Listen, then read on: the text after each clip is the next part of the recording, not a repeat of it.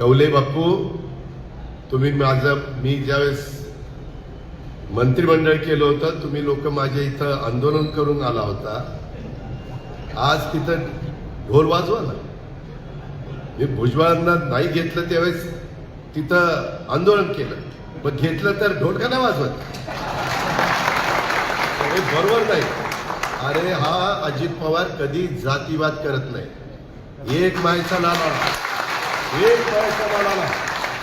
त्या 35 वर्षात अजित पवारजी कुठं जातीवाद केला? एक उदाहरण सांगा. एवढं सगळ्यांना बरोबर घेऊन जातोय, मार्ग काढतोय, त्याच्यातनं वेगवेगळ्यांना संधी देतोय. पुढेही भुजबळ साहेबांना सांगितलं, भुजबळ साहेब काही दिवसांनी तुम्हाला राज्यसभेत खासदार म्हणून पाठवणार आहे. जे प्रमुख नेते आहेत त्यांना मान सन्मान दिलाच पाहिजे, त्याच्याबद्दल दुमत असायचं काय कारण आहे? पण काही माहिती घ्यायची नाही, काय न्यायची, आणि काही तर ते फोटोच येऊ नये म्हणून असे लपतात. अरे लपता कशाला? उघडपणा या ना. मी कधी लपून छपून राजकारण केले का?